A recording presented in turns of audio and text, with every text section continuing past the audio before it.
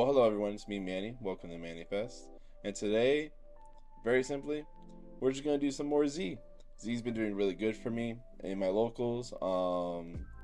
I've been tweaking it here and there.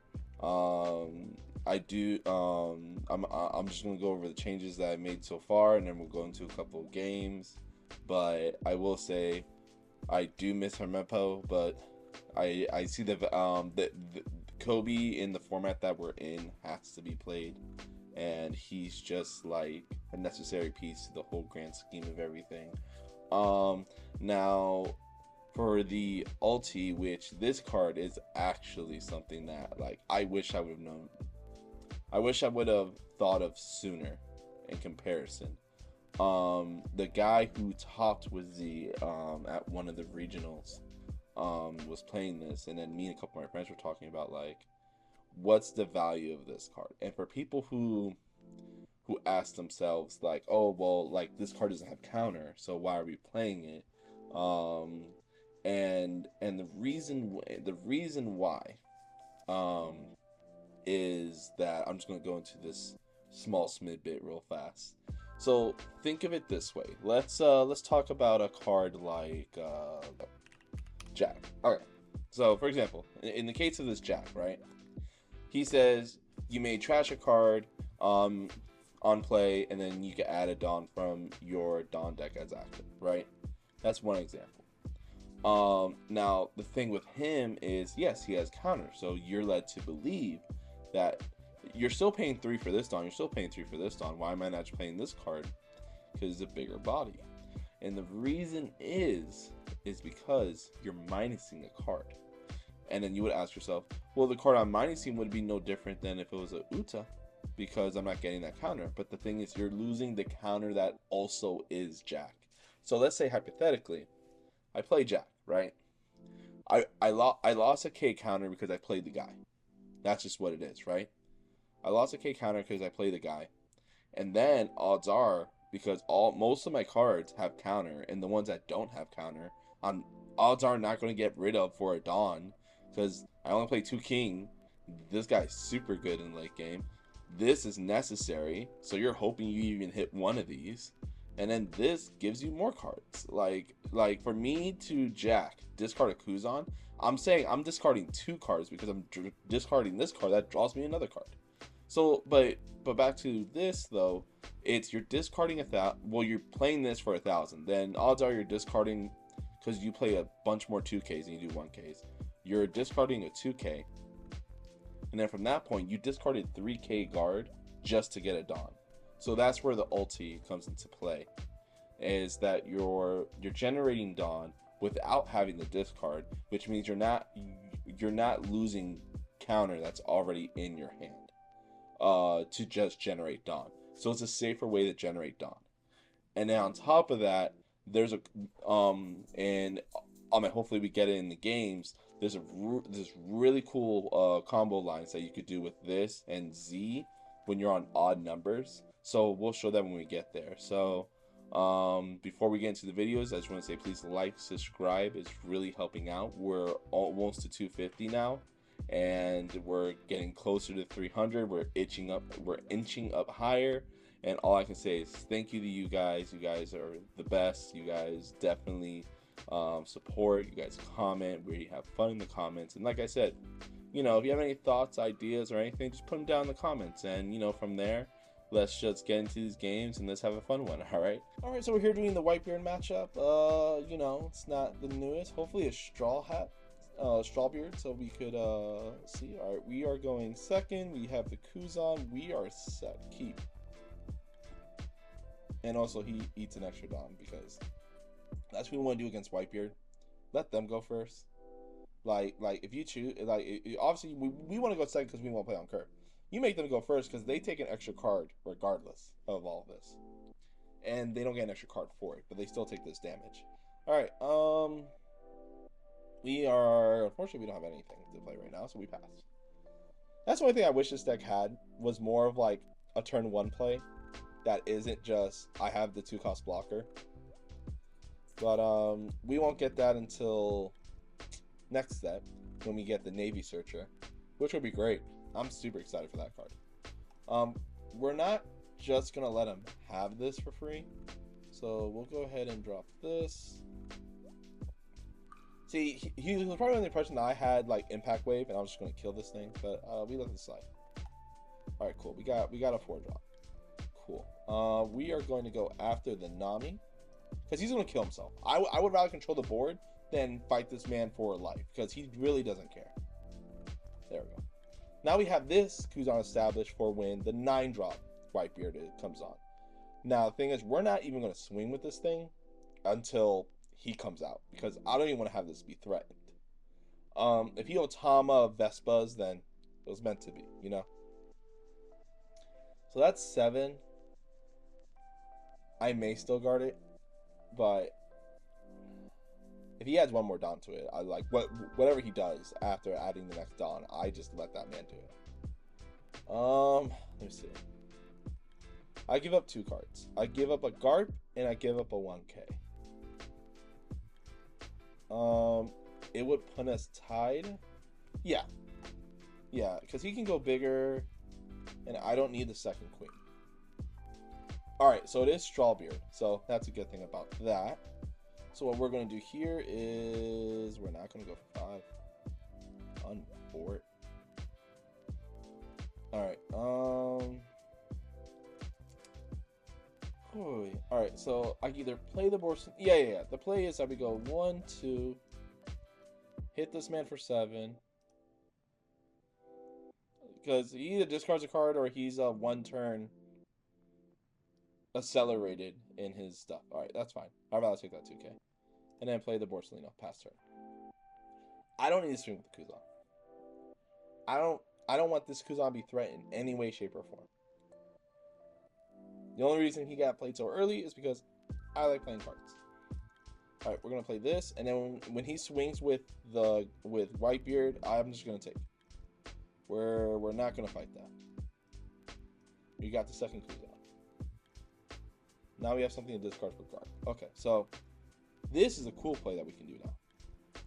So what we're going to do is, let's see, that's 7. So I can go 6 here. We're going to attempt to go into this Luffy.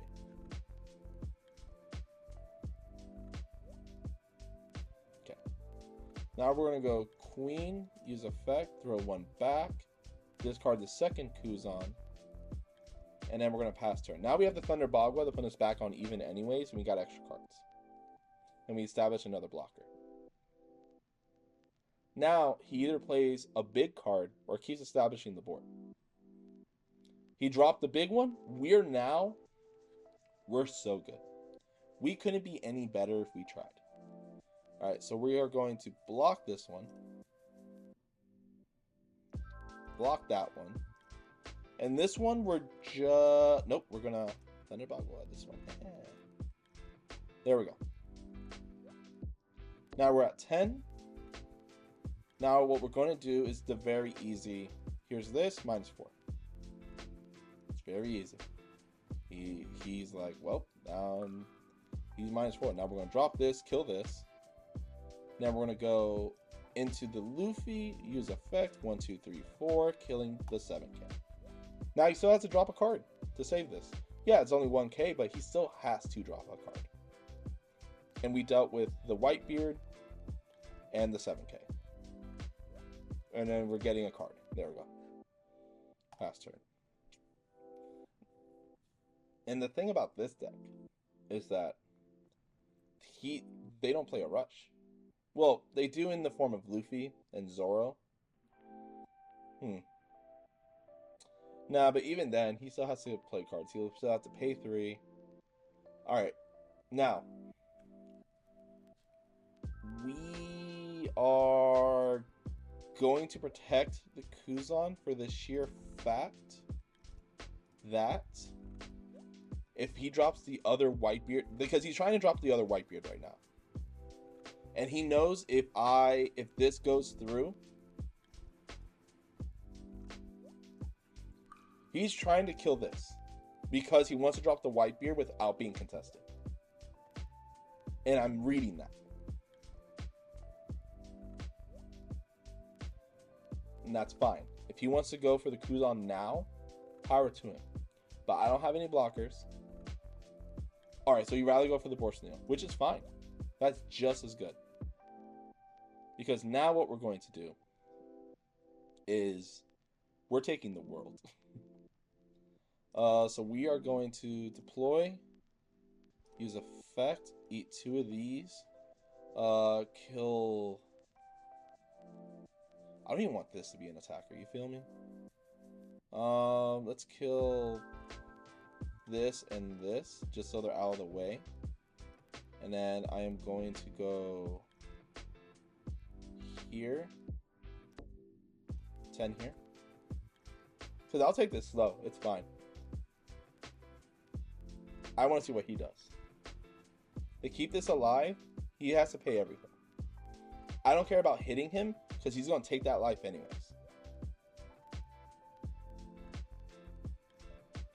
See? He wants that card alive. And now we're going to punish him for that. Because now we're going to go attack him to face, use effects 1, 2, 3, 4, kill that. Now he wasted all those cards to protect this. Wasted a Radical Beam and a Sanji just to protect this. And I still killed it anyways. I don't know why he did that. He should have just took it. But he discarded a card. I did it mostly to deal with Luffy. He should have just took it, got this card. Because he's going to get this card anyways. And see, he was trying to set that up last turn, but we stopped him from doing it. We're going to take this. That's A-okay. Because we're going to be at 4 Dawn. Yep.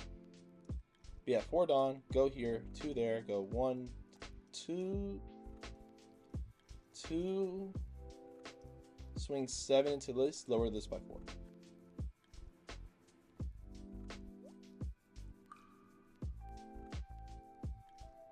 Okay. I guess I could have done this a bit different. I could have just swung here. I realize he's 8k.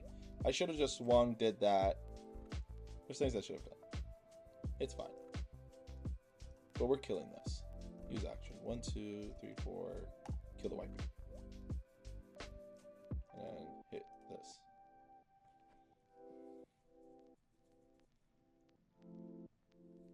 Radical Beam. Okay, pass. Alright, so his board is small. I have a blocker. Unless he plays another Whitebeard, he's going to be at 0. And he also has to play blockers. Because I could just load up the Kuzan and hit him for face. He has to now... Because, what was that? The third Radical Beam? No, that's the second Radical Beam. Okay, so... 6 Dawn onto Ever Newgate, and he's going there. Now we're blocking that. You're not taking the Kuzan. You ain't taking it for free now.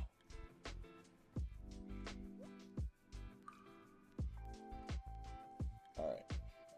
So from here, what we're going to do is we're going to go 7 here.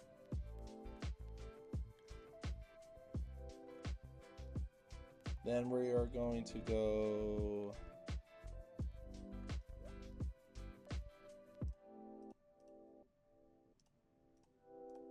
12 there. If he has it, he has it.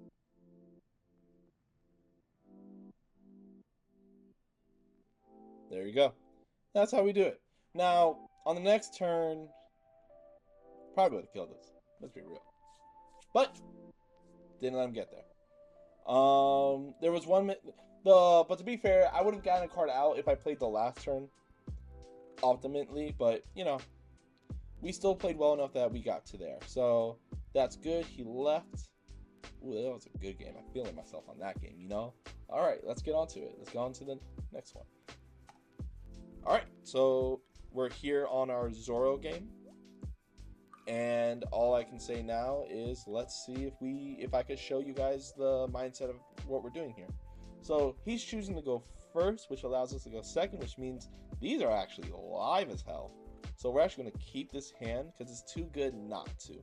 I wish we can keep, and we really don't need the 10-drop Kuzan.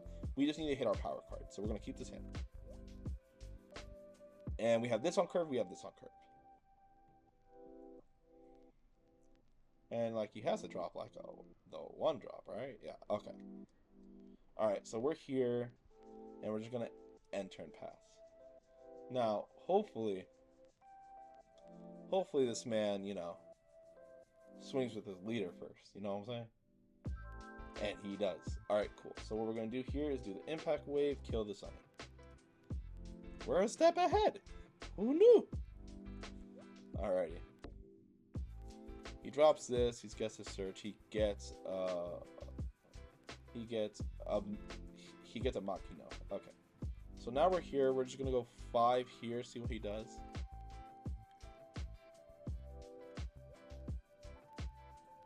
I'd say he takes the card. So, yep. All right, cool. And then we drop our Kuzan to draw a card. Hey, man. You know what's better than drawing a card? A card that gives you another card.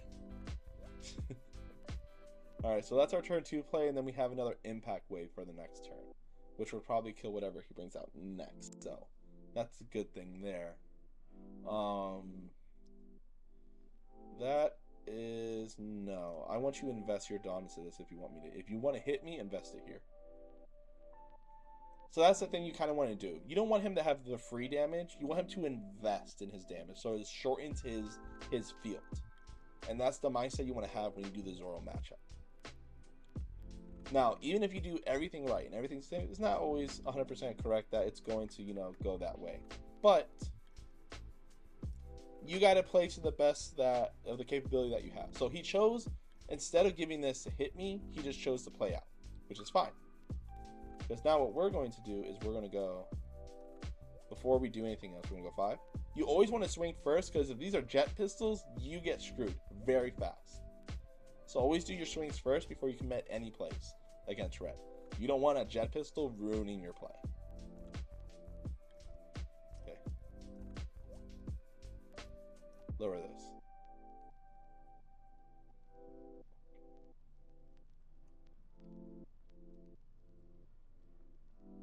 And the reason we're swinging with this and not like keeping it dry, because like he plays a bunch of 1-drop. If he plays Whitebeard later, then we'll worry about it then. So now we're gonna drop this to draw, and then we have the impact wave, which we're killing something. He has too much on the board not to kill. That's turn. And then like you always want him to invest as much as possible. Also, now that the Kuzan is tapped, he's gonna go for it. He's gonna go for it because he doesn't want. Zoro players do not want us to have things on the board. So what we're going to do is, I know he has the Monaco. So either one of these is going to become 5k. So there's no point going for this. You might as well go for this so he has less things to invest little on. So we're going to counter, pick one of those. So now he has to drop the Monaco. We have guard to protect ourselves from these things because he's at 6. He drops 1, goes to 5. No, we're not just gonna let him have that. We'll drop this. We're not gonna let him have it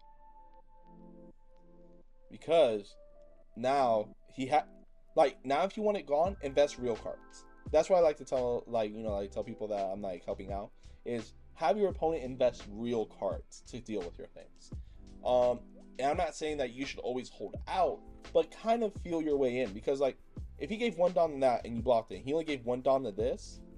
He's trying to use the minimum amount of Dawn so he can do the biggest play he can. And when you read that, then you can continue on. See, now he dropped a 2k to do this play. And he wants to deal with this. Now 2 things are tapped. I can kill those 2 things and the Nami can still swing. I have 3 attacks if this lives. So what we're going to do is we're just going to drop the Hina. Now, even if he puts all 3 of this on this to try to kill this, I have the guard for it. Cool. He has 1 Dawn. We're not going to let it go. We're going to kill his board.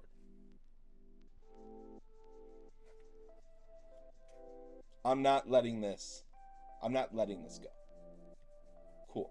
Now we have the Kuzan. We have Thunder Bagua to protect us. So all we're really going to do is just go like, because in case that's a Radical Beam, which is not even going to matter, kill that. Oh.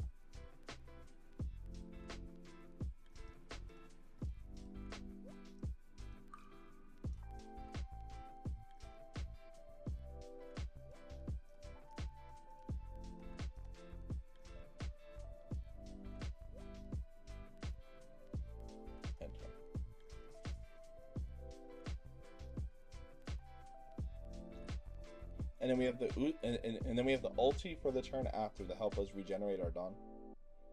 Give us a little bit of Dawn ramp. Odds are, I'll let that one go. That's fine. If he's gonna go into the other brook, into my guy, then I'm just gonna let it go. There's no reason for me to fight with these Kuzans anymore. He can have them. Because I don't want to necessarily use a Thunder Boggle right now because I can't generate. Cool. Alright, cool. So this is what we're gonna do. He has this because he's gonna because he still has the money. He still has the Makino in him. So honestly, all we're gonna do is drop this, kill this, swing into here, use effect 1, 2, 3, 4, kill this one. That's simple. Because now the only thing he can attack is me. I have 4 life. You don't have to fight this. You can fight for his life later in the game. The way you beat Zoro is you have to play the board. Play the board, because if you're just going to go life for life, he's going to beat you. He's going to beat you every single time. Because you can't go as wide as he can for as cheap as he can. He pays 1 card for all these cards. I'm paying 4s, 5s, 6s for my cards. The cheapest card I have that could present a threat to his thing is these. And even these I don't want to play because they generate me down. I need these for later. Or I need these if I'm on odds. If I'm on odds, it's great. But I don't want him to be but I don't want to be on odds just to stop him from having 1 turn. No. Alright. We'll take that because we want cards. Oh yeah. We're going to go wide and not be punished for it. Use effect. Use effect. Now we're back to 10. I'm going to go 5.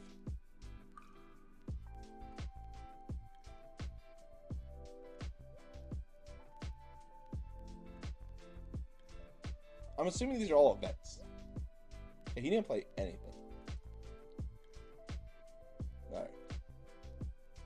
Alright, let's see. I would rather... Yeah. We don't have to establish the blocker. We don't do anything like that. If he wants to go after Kuzan, he's more than welcome to. We'll just guard it accordingly. That means he would have to, at the very least, for us not to stop this, is do 12k to Kuzan, which is 7 Dawn investments to Zoro. I'm good. Alright, so he's getting... He got the jet pistol. Oh, no. Okay. I guess that's the best option he had. The only other thing he can do is he can go double Otama, jet pistol, the Kuzan. But at this point, like... the Kuzan already did his job. He may be going for Whitebeard right now. And with that, we will take it. Okay.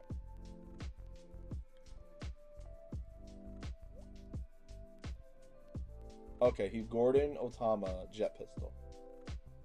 Which is fine. Because now he went his whole turn doing that. That's fine, bro. This guy. Because now what we're going to do is go here.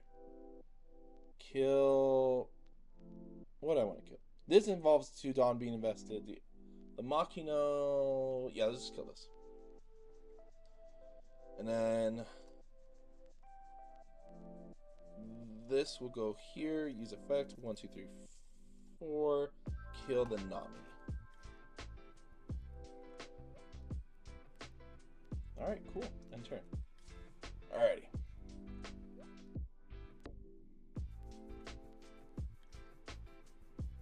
And then if he wants to do anything cute with the Otama, then I have the ulti to help deal with that. But you see, he was at 5 Dawn. And now we're bringing him down. He's coming to our level. This will go through. This is definitely going through. Okay. Now what? He has the Vespa to kill the ulti.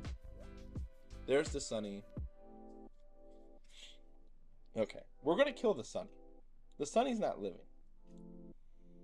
But how we're going to do this is we're going to go here.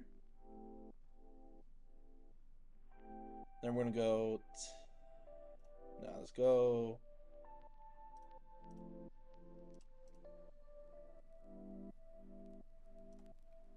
here, use card 1, 2, 3, 4, kill the Sunny. Because the Sunny is the 1 cost, so he could boost that. This he has to vest on. He can't just boost this card.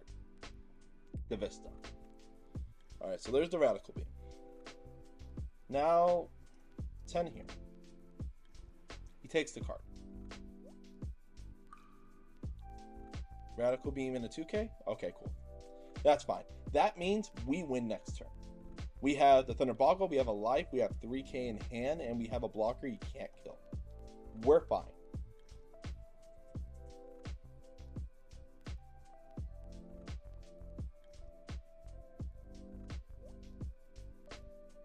Alrighty.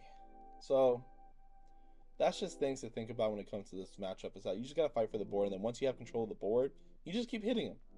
Because the thing with Zoro is that, yes, he has Rush Zoro, he has Rush Luffy. Those are the only rushes he has. But if you control the board, everything else has Summoning Sickness. So it's that, like, they can't hit you right away, so you get a turn to retaliate before anything else. And that's where we take advantage in this deck, where we have so much pop, so much control. Now we're at 4 Dawn. Obviously, we're going to generate one. Thank God. Thank you, Thunder Bayegwa. A Queen would be really good on our next draw, or on this life. Alright, let's see. Let's see. He has 2 cards in hand. He does this. We're going to already Thunder Bagua. So we generate to Dawn. And because it was either the 3K in my hand or I block it with Borsalino. There's no reason for me to do that, so we're just going to Thunder Bagua. And then do it like that. Never be scared to do it, even though it's a 3K counter. It's like, you're still only giving up 1 card for 3K. I'm perfectly okay with that.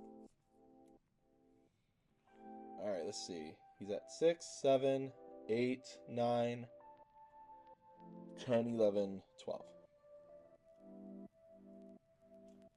He made the mistake. Because now we're just going to do this. There we go. There we go, boys. Alright. So yeah, so those are the games that we got today. All I can say is that those are pretty much the textbook ways you want to play your Whitebeard and your Zoro matchup.